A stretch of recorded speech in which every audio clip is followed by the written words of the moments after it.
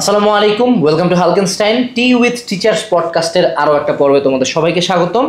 So আমরা হলো টি with teacher পডকাস্টে যেটা ট্রাই করি অনলাইন অফলাইনের সেরা কিছু শিক্ষকদেরকে তোমাদের সামনে নিয়ে আসার জন্য, তাদের লাইফের স্টোরি শোনানোর জন্য এবং তারা তোমাদেরকে কিভাবে তোমাদের জার্নিতে হেল্প করতে পারে সেগুলো জানার জন্য। আজকে আমাদের সাথে আছেন হলো আমার ক্যাম্পাসের বড় ভাই শিপলু ভাই।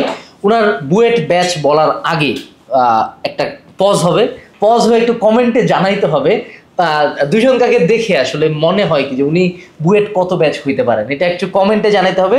যাদেরটা রাইট হবে তাদের জন্য গিফট আছে, ঠিক আছে? ওকে ভাইয়া, ওয়েলকাম টু টিউট টিচার্স পডকাস্ট। আপনি ভাইয়া আপনার পরিচয় থেকে আর কি শুরু করুন। জি, থ্যাংক ইউ। আমার নাম মোহাম্মদ তৌহিদুর রহমান, নিকনেম শিপলু।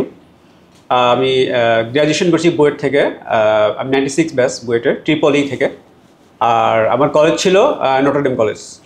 ওকে, সো এখানে হলো টুইস্টটা যে আমাদের দুজনকে দেখে মেজরিটি অফ দ্য টাইম আমাকে হয়তো বা বেশি বয়স্ক লাগতে পারে কিছু কেসে, বাট ভাইয়া 96 ব্যাচ, অর্থাৎ আমার জন্মের 2 বছর আগে উনি এইচএসসি পাস করছে। হ্যাঁ, সো এতদিন পর্যন্ত এর থেকে শফিক ভাই, মনির ভাইরা বুয়েট 97 ছিল মোস্ট সিনিয়র মানুষজন।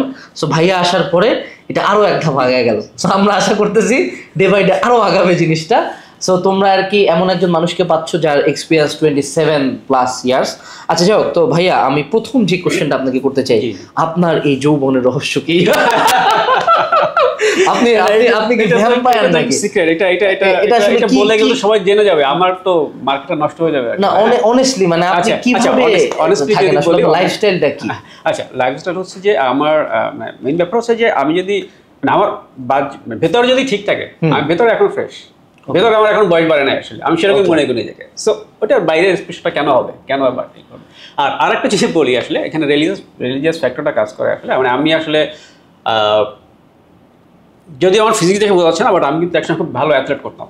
ওকে, খুব অ্যাথলেটিক্স করতাম আর কি, আমার প্রচুর আছে, পুরস্কার আছে। আর আমি যেটা লাইফ লিড করি সেটা হলো যে আমি আর্লি টু বেড, যে কথাটা আমরা শুনে আসছি, আমি সেটাই করি। আমি বেশি রাত জাগি না। এসার পরে আমি ম্যাক্সিমাম 11টা বা সর্বোচ্চ 12টা, এর বেশি আমি যাই না, এবং আমি ফজরের পর থেকে আর ঘুমাই না। তো আমার লাইফ এইভাবেই, লাইফ স্টাইলটা এরকমই আর কি। এইখানে আসলে এটা আসলে প্রথমত জেনেটিক্স একটা বড় ব্যাপার থাকে। আমার মনে হয় জেনেটিক্স একটা রোল প্লে করে, ভালো রোল প্লে করে। আর আরেকটা বড় বিষয় হলো যে ঘুমের বিষয়টা। এটা আসলে আমারও ভুল ছিল, আমিও একটা বয়স পর্যন্ত কম ঘুমানোটা খুব প্রমোট করতাম, হয়তো বা ভার্সিটি লাইফ পর্যন্ত এটা মানা যায়। But as you get older, অথবা আপনি ভার্সিটি লাইফ থেকেও যদি আমি ফজরের পরে উঠি, তাহলে তো আসলে আমার মানে এইদিকে কম ঘুমানোর অপশনটা নাই, আমি আগে ঘুমাই গেলাম। আমি তো কাজ করার টাইম বেশি পাচ্ছি। অন্য সময় কাজ আমি করতাম রাত 2টা পর্যন্ত, এখন আমি ঘুমাচ্ছি 11টায়, উঠতেছি ভোর 5টায়, 5টার পর থেকে আমি কাজ করতেছি। অন্যান্য মানুষজন উঠবে 11টার দিকে, আমি এখানে আরো 6 ঘন্টার একটা এক্সট্রা উইন্ডো পাচ্ছি ওয়ার্কে। সো আমি এটা অলওয়েজই দেখছি ভাই, যারা হলো একদম সকাল সকাল উঠে ফজরের নামাজ পড়ে, ওনাদের আসলে ব্যাপার থাকে, লুকিংটাই একটু ডিফারেন্ট থাকে, একটা ইসলামিক ব্যাপার থাকে, মহান আল্লাহ তাআলার একটা রহমত, তার রহমত ছাড়া আসলে দিন শেষে আমি যতই প্রোটোকল মেনটেন করি তাকে ছাড়া কখনোই সম্ভব না। বাট স্টিল ভাই আপনি মানে যথেষ্ট ইয়াং, আল্লাহ আমাকে এরকম ইয়াং থাকার তৌফিক দান করুন। আচ্ছা ঠিক আছে, আমরা সবাই যদি ওই লাইফটা লিড করার চেষ্টা করি সবাই ইনশাআল্লাহ। এবং আমার মনে হয় এক্সারসাইজ বা যারা লাইফের এট সাম পয়েন্ট এক্সারসাইজ করে, এক্সারসাইজ বলতে it's like any kind of exercise, not like the weight lifting, হ্যাঁ, বাট এটা আসলে হেল্প করে। ওকে ভাইয়া, আপনার যদি আমি স্টোরিতে যাই, আপনার বুয়েট লাইফটা নিয়ে একটু জানতে চাই, আসলে ওই টাইমের বুয়েট কেমন ছিল, আপনার বুয়েট লাইফের স্টোরিটা যদি একটু বলতেন। আচ্ছা, আমি তো 96 ব্যাচ বলছি। আমি 1996-তে আমি নটরডেম কলেজ থেকে এইচএসসি পাস করি আর কি। তারপরে বুয়েটে ভর্তি হই। আমি আসলে আমার আগে থেকে ইচ্ছা ছিল যে ইঞ্জিনিয়ারিং করবো। মেডিকেলে যাওয়ার কোনো ইচ্ছা ছিল না, বিকজ ওই কাটা ছিটা রক্ত এগুলো যেগুলো, কারণ আমার পছন্দ হতো না, হাসপাতালি করি। তো ইঞ্জিনিয়ারিং কী করা যায়, তো বুয়েট তো ফার্স্ট চয়েস ডেফিনেটলি। আর আমার মধ্যে একটা কনফিডেন্স ছিল যে কেন পারবো না, বুয়েটে যদি এতগুলো স্টুডেন্ট, 1000 বা এরকম স্টুডেন্ট, বা অনেক সময় এত ছিল না, আরো কম ছিল, আমি কেন পারবো না। আমার কিন্তু ইনফ্যাক্ট রেজাল্ট আলহামদুলিল্লাহ বরাবরই ভালো, আমার মেরিট লিস্টে নাম ছিল। সো আমার একটা কনফিডেন্স ছিল পাবো না, কেন পাবো না। আর আমরা তখন আসলে আমরা যেটা করতাম যে বুয়েটের মানে এইচএসসি পাশের পরে আমরা তখন একটা স্বনামধন্য কোচিংয়ে আমরা পড়ছি আর কি। তো সেখানে যে ওখানে কিন্তু পরীক্ষা হতো একটা চ্যাপ্টার বা কিছুটা পড়ে, তারপর পরীক্ষা হতো। আমার পরীক্ষায় সবসময় আমার রেজাল্ট ভালো ছিল। সো আমাদের ভালো কনফিডেন্স ছিল যে আমি পাবো ইনশাল্লাহ, অন্য কেউ পেলে আমিও পাবো। তো আলহামদুলিল্লাহ পরীক্ষা হলো, আমি পেলাম। তারপরে ট্রিপলিতে হলো। আপনাদের সময় কি ইসি ছিল? ইসি ভবন তখন হয়েছিল? হ্যাঁ, ইসি হয়ে গেছে। আচ্ছা, ওই তখন মানে হয়েছে মানে কনস্ট্রাকশন চলতেছে আর কি, অলমোস্ট শেষের দিকে আর কি। আচ্ছা, তখন পলাশীর পাশে যে ইয়েটা, হ্যাঁ, ওইটা তখন কনস্ট্রাকশন চলতেছে আর কি। ওভাবে এখনো ওপেনিং হয়নি অফিসিয়ালি, বাট কনস্ট্রাকশন শুরু হয়েছিল আর কি। আর আমাদের ক্লাস হতো ইএমএফ বিল্ডিং যেটা আর কি। আচ্ছা আচ্ছা, ওখানে ক্লাস হতো আমাদের মেকানিক্যালের সাথে, ইলেকট্রিক্যালের ওই বিল্ডিংয়ে হতো। সো আমরা 96-এ পাস মানে করার পর আমরা অলমোস্ট 1 বছর আসলে বসেছিলাম। বসেছিলাম মানে আমাদের সময় কিছু সেশন জট ছিল, একটু দেরিতে ক্লাস হয়েছিল। সো ওই সময়টাতে আমি মানে টিচিংয়ের সাথে আমি সবসময় কানেক্টেড। ধুমাইয়া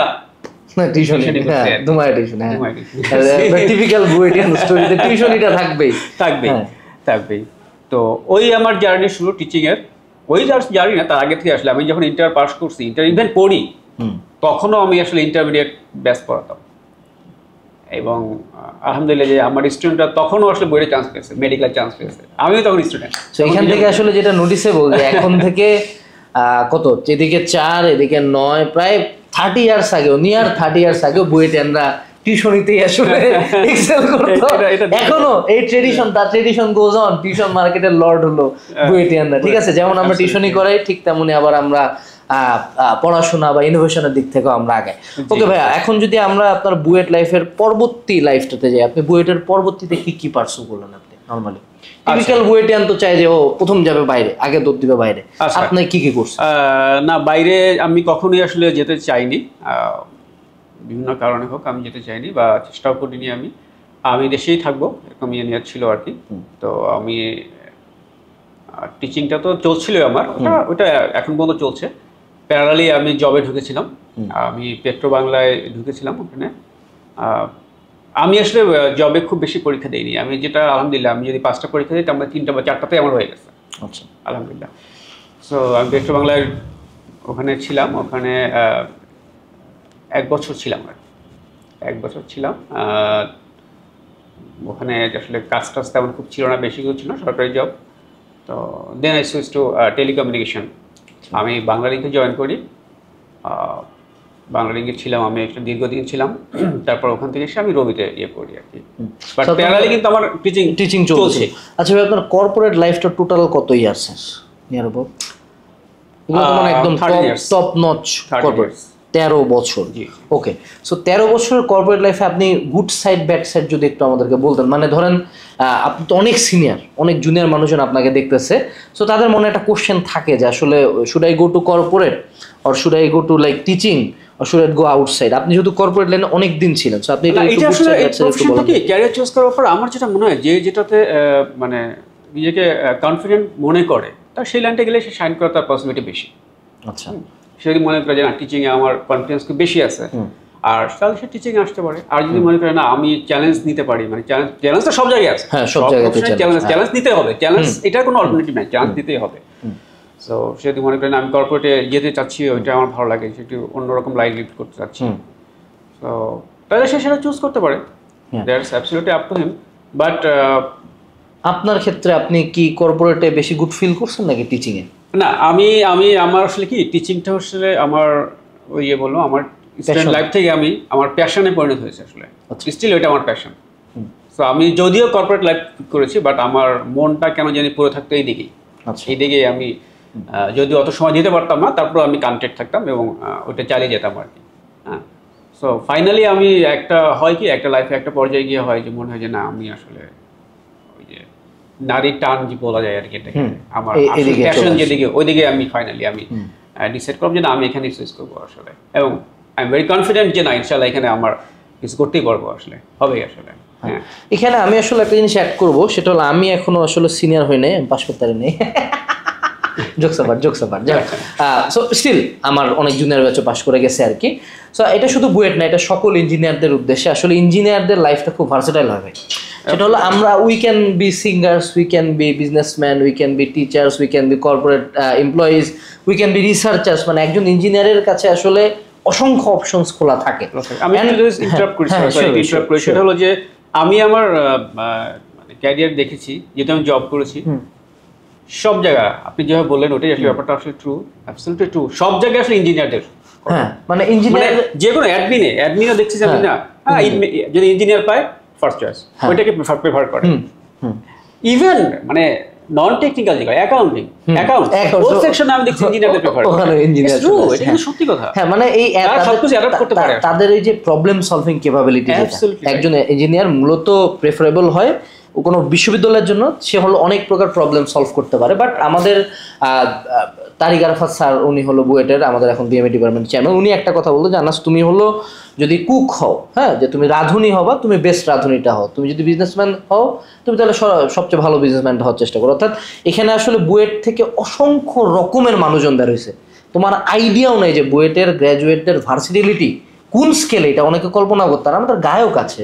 আমাদের নায়ক নায়িকা আছে আমাদের হলো আর্কিটেক্ট আছে অসংখ্য মানুষজন রিসার্চার আছে টপ নচ পলিটিশিয়ান আছে কত কিছু আছে আবার এখান থেকে মনে করো পিকে হালদার বেরোয় দেশ ধ্বংস করে দিয়ে চলে গেছে হ্যাঁ সব বুয়েট থেকে অসংখ্য রকম মানুষজন আছে তো এই জায়গাটাতে ব্যাপারটা হলো তুমি কোনটাতে যাবা it completely depends on your comfort zone ঠিক আছে কোনো কিছু প্রথম যখন আসলে 1-1-1-2 3-1-3-2 তে থাকি অনেক কিছু মানে নিয়ে বেটা কোচিং করায় খায় বাট এখন আমি যদি কোচিং এর কথা বলি engineer Mirza sir Mahbul sir Sohag ভাই ওনারা তো যে পরিমাণে বুয়েটেন তৈরি করছে হ্যাঁ এই বুয়েটেনরা তো বাইরে যাচ্ছে এরাই তো আবিষ্কার করছে এরাই চাকরি করছে সেটা তো আসলে আলটিমেটলি একটা বিগার ইম্প্যাক্ট হয়তো অনেক ক্ষেত্রে সো আমি আসলে কোন লাইনে যাব না যাব it depends on my comfort zone এবং ভাইয়ের ক্ষেত্রে দেখা গেল after 13 years of corporate line up and উনি কিন্তু ফাইনালি এখন টিচিং এর দিকে রাখছে উনাকে ওনার নারীটা খুঁজেই নিছে সো আলটিমেটলি তোমার প্যাশনটা তোমাকে খুঁজে নেবে তুমি হয়তো বা প্রথম ফোর্স করে অনেক দিকে আমি যাইতে পারি বাট দিন শেষে আমাকে ওই জায়গায় ব্যাক করতে হবে কারণ হলো আমার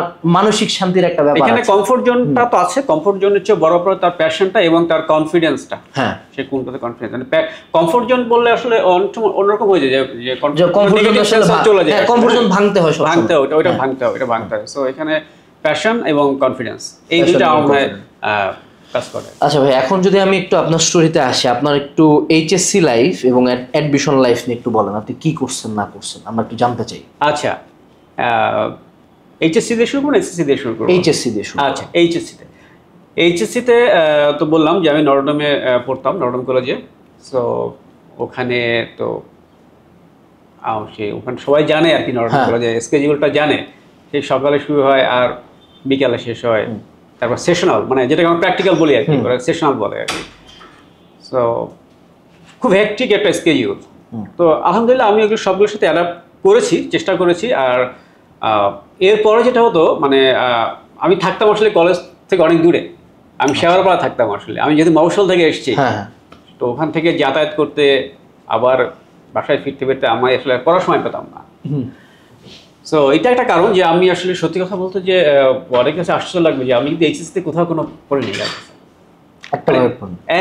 কোনো সাবজেক্টে পড়ি নাই হ্যাঁ স্কুলেও পড়িনি স্কুলে শুধু আমি এসএসসির আগে এই 2-3 মাস এক স্যারের কাছে টেস্ট পেপারটাকে সলভ করতাম আপনার স্কুলের রেজাল্ট কেমন ছিল ভাই স্কুল আলহামদুলিল্লাহ আমার মেরিট লিস্টে ছিল আর কি আমার যশোর বোর্ডে আমার মেরিট লিস্টে নাম ছিল আর কি আচ্ছা তো আমি আবার কাউকে কিন্তু ডিসকাস করছি না তাই বলে কোচিং করবো না বা প্রেয়ার করবো না বাট এরকম না ইট ডিপেন্ডস আপনি কি আমাদের সময় বাট এটা কিন্তু ভালো হেল্প করে মানে আমি বলছি না সবাই কিন্তু সবার জন্য এটা কাজে লাগে না এখানে আমার মনে হয় আমার জন্য কাজে লাগে সবার জন্য কাজে লাগে পয়েন্ট আছে ভাই এখানে যে পয়েন্টটা পোলাপান মিস করে সেটা হলো এখানে আসলে আমরা দুইটা স্পেকট্রাম দেখতে পাই একটা পোলাপান আছে যে সব নিজে পড়বো ও ধরেন এখান থেকে পিক করবে সব নিজে পড়বো কথা হলো উনি বলতেছে 1996 সালের কথা 1996 যখন আসলে ফোনও বাংলাদেশে ওভাবে আসে নাই ফোন আসে নাই ইন্টারনেট এই 5G 4G তো অনেক পরের কথা বলতেছি হ্যাঁ মোবাইল ফোনই হ্যাঁ তো সেই অবস্থায় আসলে online education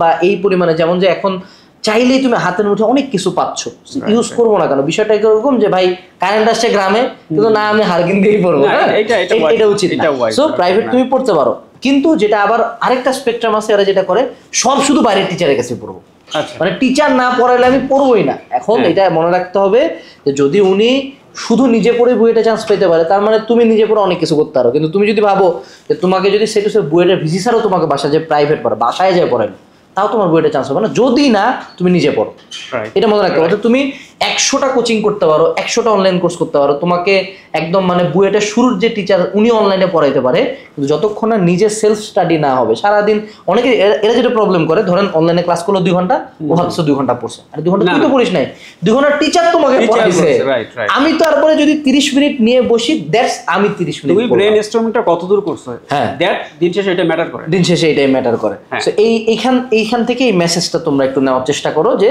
self study is very important. আমি যেখানেই পড়ি না কেন আমার সেলফ স্টাডি টাইমটা থাকতো। হ্যাঁ ভাই প্লিজ কন্টিনিউ। হ্যাঁ এটাই আর কি। তো আপনার কোচিং লাইফ নিয়ে একটু বলেন দেখি, অ্যাডমিশন টাইমে কি কি করছেন আপনি? আচ্ছা, বইয়ের অ্যাডমিশন, হ্যাঁ বইয়ের অ্যাডমিশন। আচ্ছা, অ্যাডমিশন টাইমে আমরা যে সময়টা পেয়েছি, মানে এইচএসসি পরীক্ষার পরেই আমরা শুরু করছি।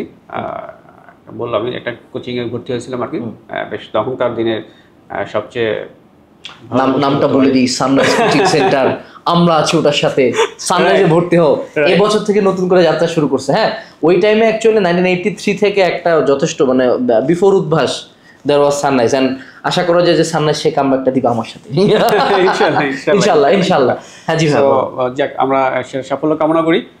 তো সানরাইজে আমি ভর্তি হয়েছি এবং আমি দেখলাম যে না আসলে মানে আমাদের ট্র্যাডিশনাল যে ওয়ে অফ টিচিং বা আমাদের এটা থেকে আসলে ফার ডিফারেন্ট। মানে ওখানে বুয়েটের ভাইয়েরাই পড়াতেন, সো ওনাদের পড়ানোর যে টেকনিকটা বা যে দ্য প্রসেস দে প্রসিড, মানে এগুলো total different. So that was very effective. আমার মনে হয় প্রবলেম সলভিং এ প্রচুর ফোকাস করতো না, প্রবলেম সলভিং এ ফোকাস করতো, পড়াটাকে কীভাবে টিচিংটা কীভাবে অ্যাট্রাকটিভ করা যায় টুয়ার্ডস দ্য স্টুডেন্টস, ওরা খুব ভালো করে জানতো। এবং দ্যাট ওয়াজ, আমি কী বলবো যে আমার কাছে মনে হয় আমি 1.5-2 বছর যা শিখেছি আমি ওই 3-4 বছর তার চেয়ে আমার বেশি শিখেছি, সত্যি কথা বলতে। সো ওইটা আমার খুব হেল্প করেছে বইটা চান্স পেতে, এবং আমি ওখানকার পরীক্ষা তো খুব ভালোও করতাম। So I was very confident যে ইনশাল্লাহ আমার চান্স হবে, এবং ফাইনালি আল্লাহর মতো হয়ে গেছে আসলে। সো ওভারঅল ভাইয়ার জার্নি থেকে কিছু পয়েন্ট ওনাদের যদি বলি যে তখনকার কোচিংয়ের ব্যাপারটা, এখনকার কোচিংয়ের ব্যাপারগুলো কিন্তু এই অবস্থায় নাই। এখন জিনিসটা অনেকটা কমার্শিয়ালাইজড, অনলাইন বলো অফলাইন বলো, nobody cares about you, everyone cares about money. হ্যাঁ সো তুমি টাকা দিছো, তোমার কাজ শেষ। বাট এটা সবাই, এটা আমরাও করি, এটা সবাই করে। যেটা আসলে যে কোনো কোচিং থেকে বা যে কোনো জায়গায় তুমি পড়ো, যেটা ট্রাই করবা যে নিজের বেস্ট আউটপুটটা বের করে নিয়ে আসার জন্য। বিশেষ করে যারা ইঞ্জিনিয়ারিং অ্যাসপিরেন্ট আমাদের এই ভিডিওটা দেখতেছো, তাদের উদ্দেশ্যে একটা কথা যে ওই প্রবলেম সলভিং ক্যাপাবিলিটি, অর্থাৎ একটা ম্যাথ টিচার তোমাকে 3টা ম্যাথ করাই দিছে, 4th, 5th, 6th অর্থাৎ পরবর্তী 3টা ম্যাথ নিজে বসে বসে করার চেষ্টা করা। ধরো right at that point answer শিটটা না দেখা, একটু দরকার হলে আমি 5 মিনিট আটকে গেলাম, তারপর দেখি, মানে ওই যে আটকে যে গেছো এরপরে যে তুমি সলভ করবা, তোমার নতুন ব্রেনের 2-3টা সিনাপসিস তৈরি হবে, এবং এই মেমোরিটা কিন্তু প্রবলেম সলভিং অনেক হেল্প করে। আসলে আমার মতে ভাইয়া বুয়েট কেন বেস্ট বলা হয়, বুয়েটকে বেস্ট এই কারণে বলা হয় 2টা রিজনে। এক হলো যে বুয়েটের সবচেয়ে বেস্ট স্টুডেন্টরা পড়ে, আমি তো ধরে নিয়ে আসতেছি টপারদেরকে, আর 2 নাম্বার বুয়েটের কোশ্চেন স্ট্যান্ডার্ডগুলা যথেষ্ট একটু অন্যরকম, মানে ধরেন ডিরেক্ট তুলে দেয় না, পেঁচায় দেয়, যে বসে বসে ওখানে মানে আমাদের টার্ম ফাইনালেও যথেষ্ট মাথা খাটাই অ্যান্সার করার লাগে। মানে এমন না যে আমার 4টা কোশ্চেন দাগাই দিল, 4টা যা হুবহু দেখে আসলাম, এরকম কোনো ক্ষেত্রেই হয় না। অ্যানালিটিক্যাল প্রবলেমগুলো অনেক থাকে। হ্যাঁ অবশ্যই মুখস্থ কোশ্চেন প্রচুর আছে, প্রচুর প্রতিবেদন তো মুখস্থ থাকে, প্রতিবেদন আমিও মুখস্থ লিখছেন, আমিও লিখছি, মুখস্থ করে অবশ্যই ইঞ্জিনিয়াররা লেখে, কিন্তু কিছু অ্যানালিটিক্যাল কোশ্চেন থাকে। এটাই আসলে এই প্রবলেমটা হয়তো বা কেউ টোটালি সলভ করতেও পারলো না, বাট এই যে তুমি অ্যাপ্রোচ করে এত দূর আগায় না, এটা ব্রেনকে অনেকটা তোমাদের থেকে ডিফারেন্সিয়েট করে। আমার সাজেশন হলো তোমরা প্রবলেম সলভিংয়ে ফোকাস দিও। আচ্ছা ভাইয়া হলো আমাদের সাথে ইংলিশ ভার্সনের ফিজিক্স ডিপার্টমেন্টে যুক্ত হয়েছে। সো ভাইয়া আপনার যদি আমি বলি যে আপনি আসলে ইংলিশ ভার্সনকে, বাই দ্য ওয়ে যারা ইংলিশ ভার্সনে আমাদের একাডেমিক প্রোগ্রাম, অনলাইনে প্রথম ইংলিশ ভার্সনের একাডেমিক প্রোগ্রাম আমরা লঞ্চ করতেছি, যারা একদম সবচেয়ে কম খরচে নিতে চাও তোমরা হলো এখন ফ্রিতে প্রি বুকিং করতে পারো, ডিসক্রিপশনে একটা গুগল ফর্ম দেওয়া আছে, ঠিক আছে? সো ভাই আপনি যদি বলেন ইংলিশ ভার্সনে আপনি কি দিতে চাচ্ছেন বা আপনার টিচিং স্টাইলটা কি হবে অ্যাকচুয়ালি স্টুডেন্টদের উদ্দেশ্যে? আচ্ছা টিচিং স্টাইলটা হবে যে আমি ফার্স্ট যে এটা তো করবোই যে আমাদের ফার্স্টে জানতে হবে যে বোর্ড কোশ্চেনগুলো আমাদের অ্যানালাইসিস করতে হবে। মানে যেটা হবে দিন শেষে মানে আমি আমার একটা টেকনিক কি সেটা হলো যে আমার প্রিভিয়াস ইয়ার্সের কোশ্চেনগুলো সলভ করা। হ্যাঁ এটা কিন্তু দরকার। মানে তুমি বই পড়ে গেলে, মিস্টুডেন্টের জন্য বলছি আর কি, তুমি বই পড়ে বই সব পড়ে গেলে বা তুমি কোশ্চেনগুলো অ্যানালাইসিস করলে না, তাহলে দেখবে যে তুমি তো হঠাৎ করে দেখবে যে না, you are not introduced to the question type of questions. তো তখন তোমার কাছে মনে হবে যে এত কিছু পড়লাম এবং এবং ওদের একটা প্রবলেম দেখা যায় ভাই, সেটা হলো ওরা থিওরি ধরেন অ্যান্টিসেটুসের নদী নৌকার ম্যাথ করে গেছে, হ্যাঁ, বাট আলটিমেটলি বোর্ড কোশ্চেনে কিন্তু হুবহু ম্যাথটা দেয় নাই, দুইটা স্টেপ একটু পেঁচাই দিছে, ও ম্যাথটা ভুল করেছে, কিন্তু এক্সাক্ট সেম কোশ্চেনই কিন্তু পারে, যে T divided by V sine alpha, হ্যাঁ, ওটা কিন্তু পারতেছে। হ্যাঁ, তো এই জন্য প্রবলেম সলভিং আপনারা করাবেন প্রিভিয়াস ইয়ার কোশ্চেন। আচ্ছা, আর যদি একটু অ্যাড করতেন স্টুডেন্টদের বিষয়ে, আপনি দুইটা গাইডলাইন দেন যারা ইভিতে আছে তারা কিভাবে ভালো করতে পারে। আচ্ছা আচ্ছা আচ্ছা, যেটা হচ্ছে যে ফার্স্টে আমি তো বললাম এটা যে প্রবলেম সলভ করতে হবে, আর যেটা হচ্ছে যে পড়তে হবে প্রত্যেকটা সাবজেক্ট প্রত্যেকদিন পড়তে হবে। আচ্ছা, একদিনই 4টা সাবজেক্ট, মানে সব সাবজেক্ট প্রতিদিন 10 মিনিট 15 মিনিট করে হলেও পড়তে হবে। আচ্ছা, মানে আমি আজকে ফিজিক্স পড়লাম, হোল ডে ফিজিক্সই পড়লাম, নট লাইক দ্যাট, এরকম ব্যাপারটা। আমি আজকে সব যতগুলো সাবজেক্ট আছে আমি সবগুলোই পড়বো। আচ্ছা, হয়তো আমার ফিজিক্স একটু উইকনেস আছে, আমি ফিজিক্সটা একটু বেশি সময় দিব, বাংলাতে আমি পারি, তারপর আমি 10 মিনিট হলো পড়বো, আমি কোনোটা সাবজেক্ট ছাড়বো না। আচ্ছা, এইটা হলো এটা করতে হবে। এটা ভাই একটা গুড পয়েন্ট। অনেক ক্ষেত্রে দেখা যায় যে, এবং এটা আসলে মানুষ প্রতি পরিবর্তনশীল। যদি তুমি প্রতিদিন একটা সাবজেক্ট পড়ো, এটা কাজ করে ভাই এক্সামের আগে আগে। ধরেন আমি ফিজিক্স অনেক দিন বাকি আছে, তখন আমি পড়তেছি, বাট অনেক ক্ষেত্রে যদি তোমার একদিনে সব নাও পড়তে পারো, তুমি যেটা করতে পারো 2 দিনের সাইকেল ডিজাইন করতে পারো। ধরেন যে ফিজিক্স কেমিস্ট্রি বাংলা, আর হলো ম্যাথ বায়োলজি ইংলিশ, এই যে 6টা সাবজেক্ট আমার হয়ে গেল 2 দিন রোটেশনে। তো শনি সোম বুধ একটা, রবি মঙ্গল বৃহস্পতি একটা, তাহলে আমাদের টোটালটা কভার হয়ে যাবে। সো আশা করি আমাদের শিপলু ভাই উনি হলো আমাদের অনলাইনকে যথেষ্ট বেটার কিছু দিতে পারবে, এবং আমরা আসলে ট্রাই করতেছি আমাদের প্ল্যাটফর্মের থ্রুতে অনলাইন এবং অফলাইনের সবচেয়ে সিনিয়র, সবচেয়ে এক্সপিরিয়েন্স এবং সবচেয়ে বেস্ট টিচারদেরকে আমাদের এখানে নিয়ে আসার জন্য। সো ভাই, আপনাকে অনেক অনেক ধন্যবাদ আজকে সময় দেওয়ার জন্য। ইনশাআল্লাহ ভাইয়ের কাছ থেকে আমরা সামনে আরো অনেক আমি এখনো অনলাইনে যেহেতু পড়াচ্ছি, আমি অনলাইনে দেশের বাইরে মানে কি ভাই? দেশের বাইরে হচ্ছে যে আমার কিছু স্টুডেন্ট আছে, যেমন পিএসএ তে আমার কিছু স্টুডেন্ট আছে সৌদি আরবে, তো ওরা আমার কাছ থেকে অনলাইনে পড়ে, সৌদি ইংলিশ ভার্সনে, বাংলা ভার্সন দুটোই আছে, দুটোই আছে আসলে। তো আমি যতটুকু ওদের মানে হয় কি, একটা শেখার কিন্তু শেষ নাই, মানে আমি টিচার মানে আমি সব জানি ব্যাপারটা এরকম না, স্টুডেন্টদের কাছ থেকে আমি অনেক সময় শিখি, মানে শিখে আমার যে স্কিলগুলো আমার ডেভেলপ করছে, আমি চেষ্টা করবো যে এই স্কিলগুলো এখানে অ্যাপ্লাই করতে, সো দ্যাট মানে স্টুডেন্টদেরটাও তো আমাদের বুঝতে হবে, ওদেরটাও আমাকে বুঝতে হবে যে, সো আমি যদি সেভাবে দিতে পারি, সে আমার স্কিলটা এখানে ইনশাল্লাহ চেষ্টা করবো ওটাকে এক্সিকিউট করার জন্য। তো আশা করি ইনশাল্লাহ আমরা একসাথে একটা ভালো করতে পারবো ইনশাআল্লাহ। জি, সবাইকে ধন্যবাদ। আসসালামু আলাইকুম, টাটা। আসসালামু আলাইকুম।